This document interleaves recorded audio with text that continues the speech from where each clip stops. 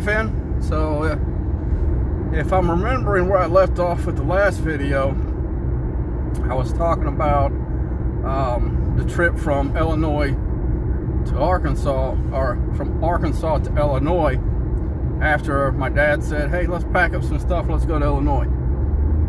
And like I said, that's when I found out my brother isn't my brother, he's just my half brother. And so we had made the trip between Arkansas and Illinois a few times. I don't remember exactly how many, but there was a place in between. And this trip, I don't think we stopped there, but there was a place called Reeves Boomland. And when I was younger, it was a really cool place. They had this like cafeteria thing, and it had this little train that went around the top of it. It was all painted up to look like a whole, I think there was like mountains and all this other stuff, but you could watch the train go through, and then you'd go get your food, sit down and eat. And then it had this like middle section, and I want to say they had like one of Elvis's pink Cadillacs there. And then the reason it was called Boomtown is because they sold fireworks. And so we went back. I remember they also had this like little thing that you'd put like a quarter in, and it had this like little chicken. It would make this noise, then the little chicken would, you get the little plastic like Easter egg type thing, and there'd be a little toy inside of it. I remember going back years later, and it wasn't quite the same. But I'll talk a little bit more about something that happened with that in a minute. So yeah, like I said, we got in a car, and we rode to Illinois, and we went to my nanny's house. And I remember at the time, so my grandma wasn't the best at keeping a house clean. And thinking about this, just like some of the other stuff, some people might get mad, but this is the way it was. So especially at nighttime, there'd be like a lot of roaches and stuff all over the house. Like the house just wasn't kept very clean. And I heard that it could have possibly been that my grandma, my nanny, had caught my grandfather having an affair, and instead of splitting up, they just moved to different rooms, and she quit like cleaning the house and stuff like that. How true that is, I don't know. That's just kind of what I heard. So anyway, we moved in with Nanny and Grandpa, and Uncle Richard was living there. And like one of the first things that my dad did was rent a dumpster, and we just went in and cleaned a whole bunch of stuff up out the house, and like threw away newspapers and just junk from forever, or that had been there for forever. And then we like bombed the house to try to get rid of a lot of the roaches and stuff like that, and it was okay for a little bit. And like, I'm trying to remember exactly what time frame that was. It might have been around the spring breakish time. I don't really remember. But we went and got some new clothes, and it was still when Kmart was a thing. We went to Kmart and got some clothes, and the only thing I really remember was getting this, like, I'm not sure if one of the Addams Family movies was out, but there was this like Uncle Fester shirt, and it was like glow in the dark. I remember getting that. And so we were there for, I'm not exactly how much time we were there, but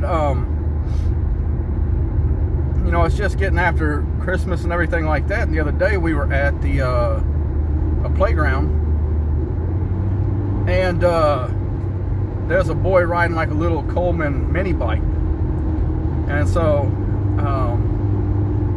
I kind of told this story. So the road that my grandma lived on was like a tar and chat rock road. So what it was is like, ever so often, instead of having asphalt, what they would do is this big truck would come, and they would spray like this tar on the road, and then they had another big truck, like a big dump truck, and it would lay this like crushed white rock down.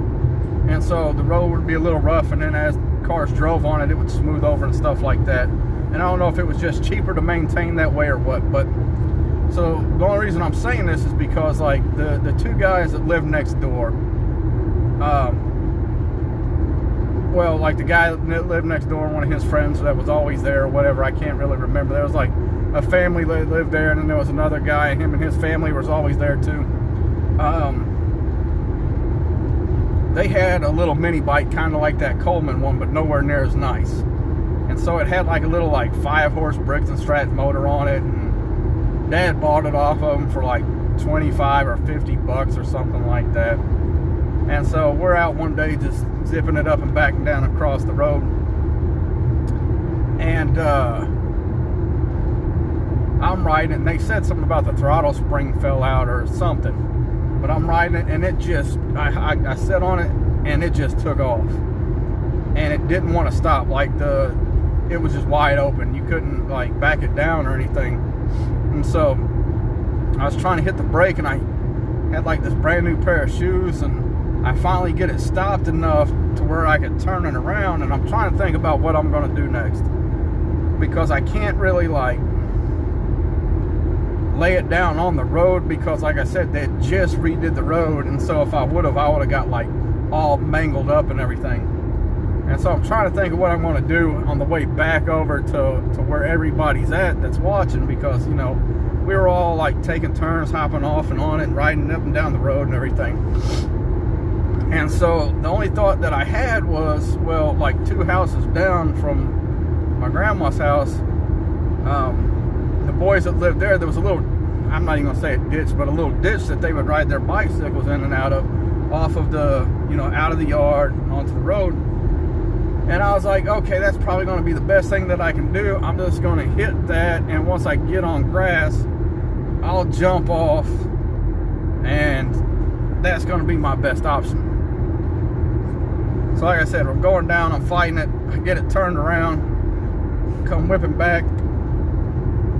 I hit the little, or there's just enough room for me to hit this little thing. So I hit the little spot where they ride their bikes up and down out of the ditch. The little mini bike just, wah! I jump off, I bail off on the side, and the grass had just got cut. And so I was just wearing like a shirt and shorts. And so I hit the ground. I probably slide 10, 15, 20 feet. I look over and you see the mini bike just land on its tires, and then it just kept going for a minute, and then it just kind of fell and was just like spinning. And everybody's running, why'd you do that? Why'd you do that? Like all freaking out. And I was trying to explain what was going on, but everybody just thought I did it because I thought it would be funny or whatever. But no, it was because the thing messed up. And so after that, that's when they found out like the throttle spring or whatever it was, or screw or whatever, fell out, and it was just, you know, going full ham on it. And so for about a week or two on the one side, so it was like my left side that I hit and slid on. So from about my elbow to about my hand was all green, and then from about my knee to about where my socks was, I just had this like big green, you know, streak down one part of my body, which was kind of funny. You know, luckily I didn't get hurt or anything like that. And I don't think we ever really rode that thing much after that, because no one really trusted it enough to get brave enough to hop back on it. And so,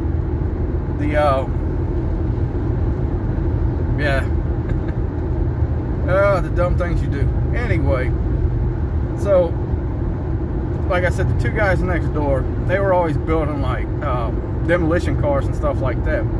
Well, Illinois, you couldn't get fireworks, but you could go to Missouri and get fireworks, and that's where, so Reeves Boomtown was in Missouri. I could probably look up the place. I don't know what name of the town it was in or whatever, but that's the reason you could get fireworks there, is because fires were legal in Missouri at the time. I'm not sure if Illinois changed the law for that or not. And so we were talking about it, you know, about Reeves Boomtown and how cool it was and all that stuff like that. And I remember, well, they decided to make a trip down to Missouri, down to Reeves Boomtown, and I think they spent like $600, something like that. That 4th of July, I want to say it was, and just brought back like a whole truckload of fireworks. And so they're out there shooting them and everything, and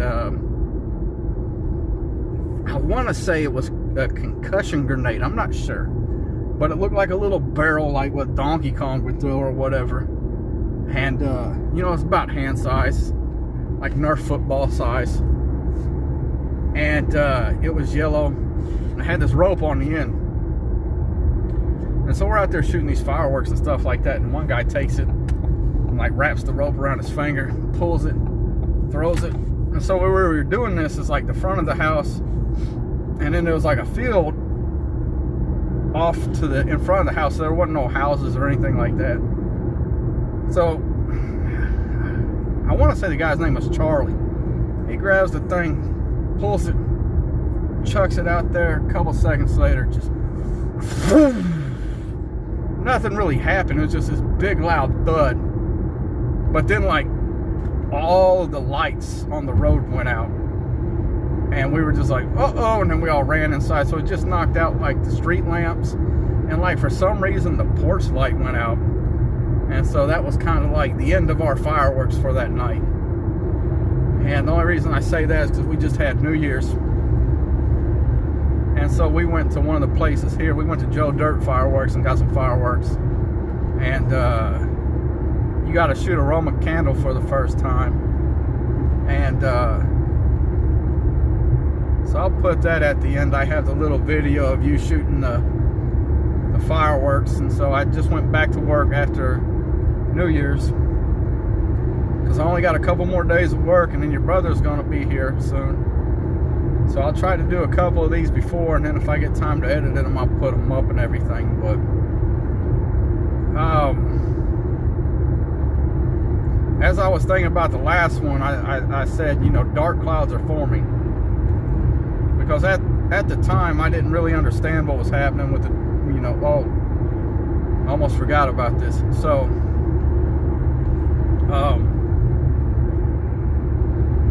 I don't know how much longer it was, but I remember, like I said, we went to Illinois and we were staying with my grandma and everything like that. And then we went back down to Newport for the divorce. And so we rented a hotel.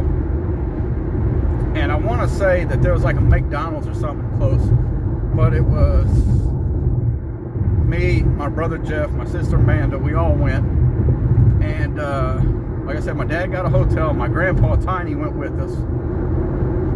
And so I guess the thing was, they didn't know if they were going to want us to testify or whatever like that for the divorce and custody and all that fun stuff. But I remember, I want to say that we were only there for like a night or two, and there was like a McDonald's close, and we got like sausage biscuits and for breakfast the next morning, and they had a little pool at the hotel, so we were playing in the pool. And yeah, Dad pretty much said something along the lines of, yeah, your mother didn't show up, and so I got custody of you. And so how much of that is true, I don't really know. I've never really asked my mom about it. It's just something that, well, my dad got custody of us, so I didn't really think too much of it about it. And he said some other stuff that I really don't want to say, just because,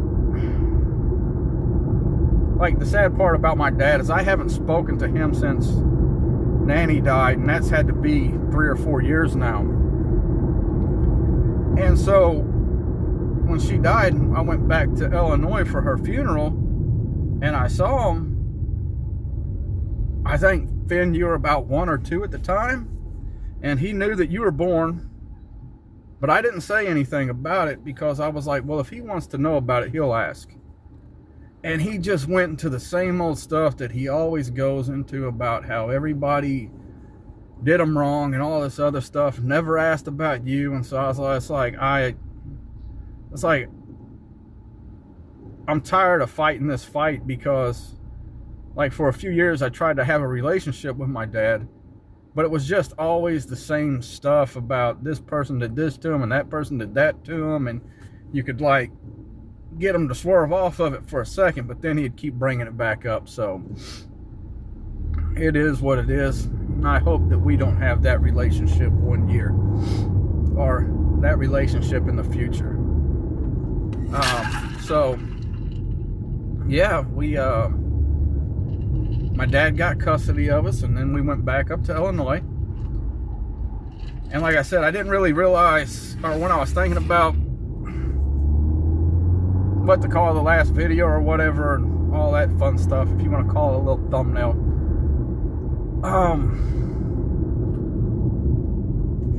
Shortly after that is when everything changed for me, and not necessarily the best way. And so those fun stories are going to be coming soon. So until then, it's like I said, we got a few more days and your brother's going to be here. Oh, we went and watched Sonic 3, so we had a good time doing that. And then we all went yesterday to Urban Air.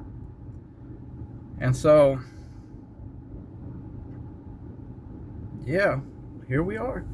So like I said, I got to go to work tomorrow, and I might try to do another one of these on the way home tomorrow. That way I just have a couple of them. But yeah, we just celebrated your 5th birthday. We just celebrated the New Year. And you were all sad because I had to go back to work today. And so was I. But I'm on my way home now. And I'll see you soon, Bubby. Love you. Bye.